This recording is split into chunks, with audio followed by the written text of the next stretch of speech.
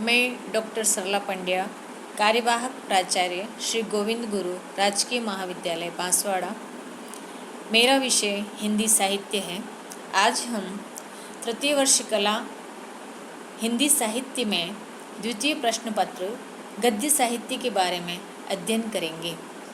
गद्य साहित्य में प्रमुख रूप से 3 पुस्तकों का अध्ययन करना है, जिसमें पहली पुस्तक है निबंध चयनिका, जो कि निबंध संग्रह है और उसके संपादक हैं डॉक्टर गोविंद रजनीश। दूसरी पुस्तक अभिनव 6 एकांकी हैं, जो कि एकांकी संग्रह है और उसके संपादक डॉक्टर चंदूलाल दुबे हैं। तीसरी पुस्तक आकाश की छत उपन्यास है, जिसके उपन्यासकार डॉक्टर रामदरस मिश्र हैं। इसके अतिरिक्त हमें इस प्रश्न पत्र में उपन्यास साहित्य व उसके विकास के बारे में भी अध्ययन करना है। लेकिन आज हम सबसे पहले निबंध चयनिका निबंध संग्रह के अंतर्गत संकलित निबंधों के बारे में अध्ययन करेंगे। इस पुस्तक का पहला निबंध पंडित बालकृष्ण भट्ट द्वारा रचित निबंध साहित्य जनसमूह के हृदय का विकास है। यह निबंध पंडित बालकृष्ण भट्ट ने लिखा है और उनके बारे में यदि हम वर्णन करें तो पंडित बालकृष्ण भट्ट भारतेंदु युगीन प्रमुख निबंधकार हैं, जिन्होंने कई प्रकार के सामाजिक, राजनीतिक, भावात्मक एवं काल्पनिक विषयों पर निबंध लिखे हैं। उस समय की प्रतिनिधि पत्रिका हिंदी प्रदीप के भी वे संपादक रहे हैं।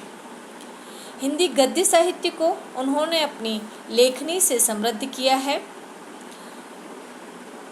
उर्दू एवं अंग्रेजी के शब्दों का प्रयोग भी उन्होंने अपनी हिंदी भाषा के साथ में किया है। निसंकोच ही इन शब्दों को उन्होंने लिया है और वे अपने निबंधों में व्यक्तिगत तथ्यों का उल्लेख करते हुए पाठक से आत्मीयता स्थापित कर लेते हैं। अतः उन्हें हिंदी निबंध साहित्य का जनक भी स्वीकार किया गया है। साहित्य जनसमूह के हृदय का विकास है। यह निबंध भट्ट जी का विचारात्मक निबंध है। निबंध में उन्होंने यह प्रतिपादित किया है कि साहित्य मनुष्य के हृदय की भावनाओं के आधार पर विकसित होता है। जिस देश में जैसे लोग रहते हैं, उनका वैसा ही जीवन स्तर होता है और उसी के अनुसार उनके विचार होते हैं। विचार सदैव एक जैसे नहीं रह पाते हैं, वे समयानुसार बदलते रहते हैं। निबंध यह प्रमाणित कर देता है कि साहित्य जनसमूह के हृदय का ही विकास है और समय समय पर परिवर्तित जीवनावस्था और मान्यताओं के आलोक में ही साहित्य में भी परिवर्तन होता रहता है। भाषा शैली की दृष्टि से भी यह निबंध अपनी विशिष्टता रखता है। निबंध के प्रारंभ में पंडित बालकृष्ण भट्ट जी ने लिखा है कि प्रत्येक देश का साहित्य उस देश के मनुष्यों के हृदय का आदर्श रूप है। जो जाति जिस समय जिस भाव से परिपूर्ण या परिप्लुत रहती है, बेशक उसके भाव उस समय के साहित्य की समालोचना से अच्छी तरह प्रकट हो सकते हैं।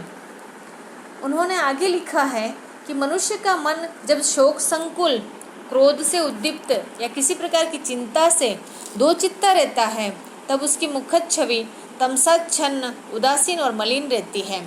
उस समय उसके कंठ से जो ध्वनि निकलती है, वह भी या तो फुट ही ढोल समान, बेसुरी, बेताल, बेलय या करुणापूर्ण, गदगद तथा विकृत स्वर संयुक्त होती है।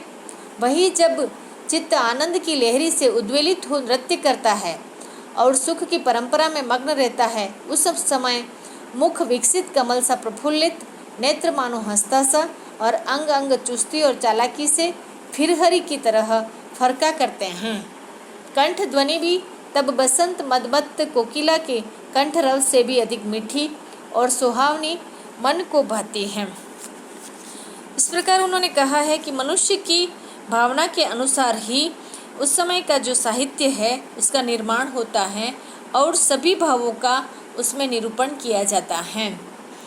वे आगे लिखते हैं कि साहित्य यदि जनसमूह नेशन के चित्त को चित्रपट कहा जाए तो अधिक संगत है। और वे कहते हैं कि किसी भी देश का इतिहास पढ़ने से तो हम उसके बाहरी हालचाल को जान सकते हैं, लेकिन साहित्य के द्वारा हम उस देश में रहने वाली कौम के आभ्यंतरिक भाव को समझ सकते हैं कि किस प्रकार के भाव उस समय की जनता में निहित हैं। अगले पैराग्राफ में भट्ट जी ने आर्यों का प्रमुख साहित्य और आर्यों का जो स्वभाव है उसके बारे में वर्णन किया है। वे लिखते हैं कि हमारे पुराने आर्यों का साहित्य वेद है।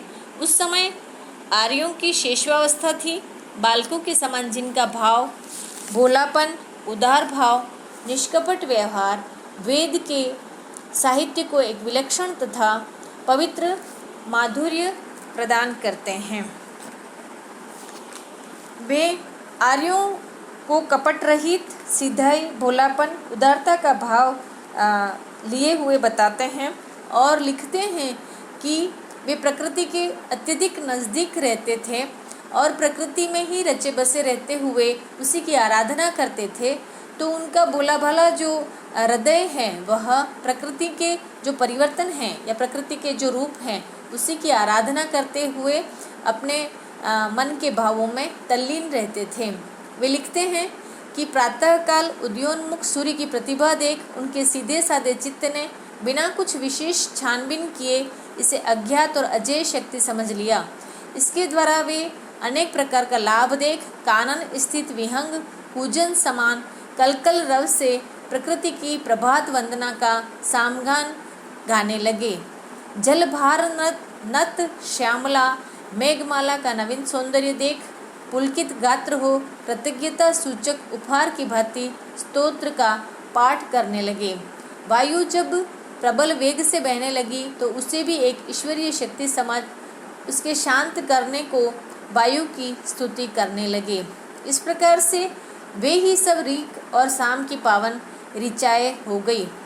भट्ट जी का कहना है कि उस समय किसी भी प्रकार की राजनीतिक अत्याचार या राजनीतिक जो कुटिल युक्तियाँ हैं वे नहीं होती थी और उनके स्वभाव में कृत्रिमता का भाव नहीं होता था। वे सौहार्द और भक्ति और प्रेम के साथ में अपना जीवन यापन करते थे। तो जो सीधाई और जो भोलापन और उदार भाव है उनके साहित्य में हम देख सकते हैं। इसी बात को बताते हुए उन्होंने महात्मा ईसा का उदाहरण दिया है और वे लिखते हैं कि एक बार महात्मा ईसा एक सुकुमारमती बालक को अपने गोद में बैठाकर अपने शिष्यों की ओर इशारा करके बोले कि जो कोई छोटे बालकों के समान भोला न बने उसका स्वर्ग के राज्य में कुछ अधिकार नहीं है। इस प्रकार हम कह सकते हैं कि जो सुकुमार चित्त वेदभाषी नारियों की तरह पद पद में ईश्वर का भय रख प्राकृतिक पदार्थों के सौंदर्य पर मोहित हो, बालकों के समान सरलमती न हो, उसका स्वर्ग के राज्य में प्रवेश करना अति दुष्कर है। वेदों के बाद जो साहित्य उत्पन्न हुआ है वह उपनिषद कहलाया। इसके बाद समाज को एकता के सूत्र में बांधने के लिए स्मृतियों के साहित्य का जन्म हुआ। बालकृष्ण भट्ट ने हमारे देश का जो साहित्य है उसके निरंतर विकास को बताया है कि जो साहित्य की रचना है वह किस प्रकार से निरंतर होती आ रही है और हमारा जो देश का प्राचीन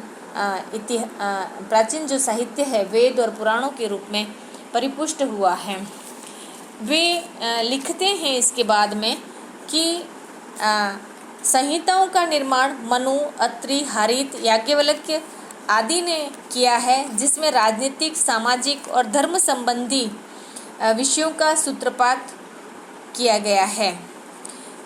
गौतम, कणाद, कपिल, जैमिनी, पतंजलि आदि ने अपनी सोच के अनुसार दर्शन शास्त्रों का वर्णन किया।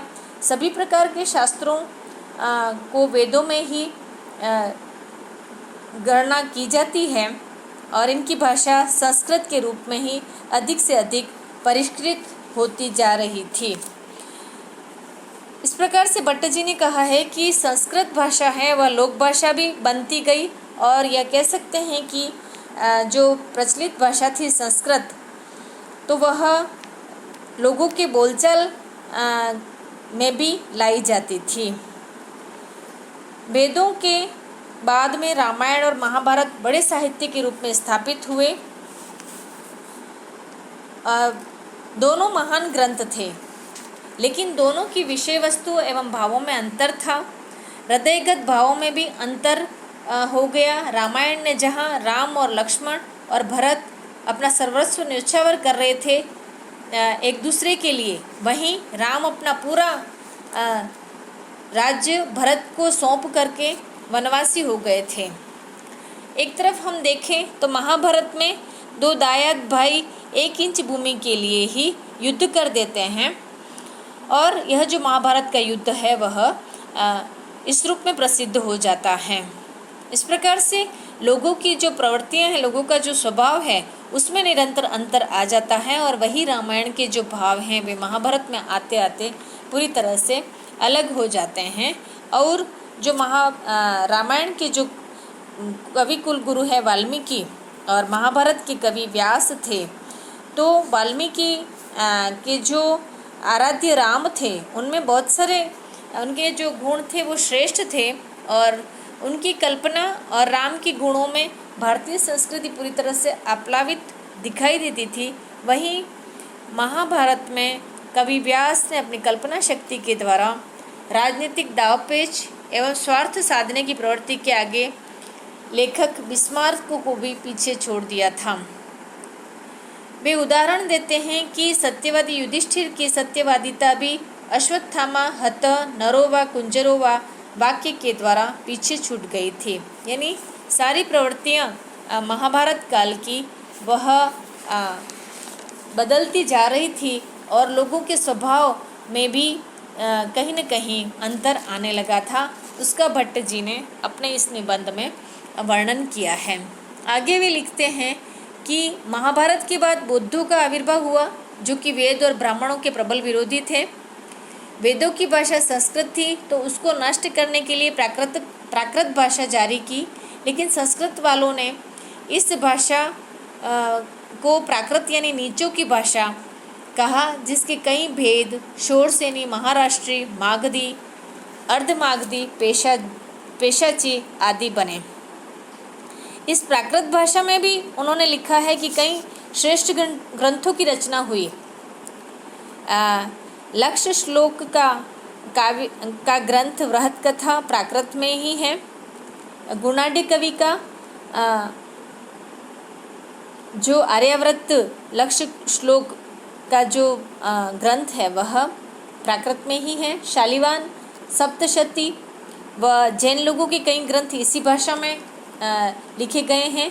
उनके स्तोत्र पाठ आदि इसी भाषा में हैं। उन्होंने इसे संस्कृत भाषा के समान पवित्र माना है। इसके बाद संस्कृत बोलचाल की भाषा तो नहीं रही, लेकिन वह साहित्य की भाषा बनकर वेदों को पछाड़ने लगी। कालिदास, भवभूति, भारवी, श्रीहर्ष, बाण ने श्रेष्ठ साहित्य रचना की। विक्रमादित्य का समय तो अगस्टन पीरियड कहलाता है, यानी संस्कृत पूर्ण परिष्कृत हो गई थी। भारवी, माघ, मयूर, जगन्नाथ पंडित राज तक धाराधिपति भोजराज तक बराबर होते गए। राजा भोज एक एक श्लोक के लिए असंख्य इनाम तक कवियों को देते थे। यानी जो संस्कृत भाषा थी या जो हमारा प्राचीन वेद और पुराणों का साहित्य था, वह धीरे धीरे संस्कृत साहित्य में आते आते अपने परिष्कृत रूप में बनता गया, और उसमें जो साहित्य रचना होने लगी वह उत्कृष्ट कोटि की होने के कारण राजा भोज हैं, उन्होंने उसके लिए कवियों को असंख्य इनाम भी प्रदान किए, और श्रेष्ठ साहित्य रचना संस्कृत की हुई है, जो कि आज तक अमर हो गई है और लोग उससे पढ़ना चाहते हैं। वो लोग वेदों को इतना महत्ता नहीं देते हैं जितना कि ये संस्कृत साहित्य को देने लगे हैं, और उसे आराम से पढ़ते हैं। और इस प्रकार से ये जो संस्कृत की भाषा है वह परिष्कृत होती गई है, और यहाँ तक जो वेद हैं वो दब गए हैं, या वेद साहित्य वह इतना दब गया था कि उसको पढ़ने वाले को छांदस मूर्ख की पदवी रखी गई थी। और यह जो छांदस थे वो उनको कहते थे जो कि वेद का पाठ मात्र जानने वाले थे, और वे अब तक निरे मूर्ख होते आए हैं। इस प्रकार से आगे लेखक ने लिखा है कि बौद्धों के उच्छेद यानी नष्ट करने के बाद पुराणों के द्वारा प्राचीन दृढ़ नियमों में बंधे जातीयता व रीति नीति के नियमों को, परंपराओं को त्याग कर व्यावहारिक धर्म एवं सात्विक धर्म को ही स्थापित किया गया। कई मतांतरों का प्रचार भी उस समय हुआ। इसके बाद तंत्र विधा जानने वाले तांत्रिक शाखा ने शूद्र देवताओं, भैरों, काली, डाकिनी, शाकिनी, भूत प्रेत तक का पूजन व मांस मंदिर का सेवन प्रारंभ किया। यहीं से शैव, शाक्त, वैष्णव, जैन, बुद्ध आदि मतों का जन्म हुआ एवं अनेक मतांतर फैलते गए। इनमें आपस में भेदभाव उत्पन्न हो गया, वे आपस में ही लड़ने लग गए थे। अंत में लेखक के अनुसार प्राकृत के बाद हमारे देश में साहित्य के दो नमूने पद्मावत और दूसरा पृथ्वीराज रायसा दिखाई देते हैं।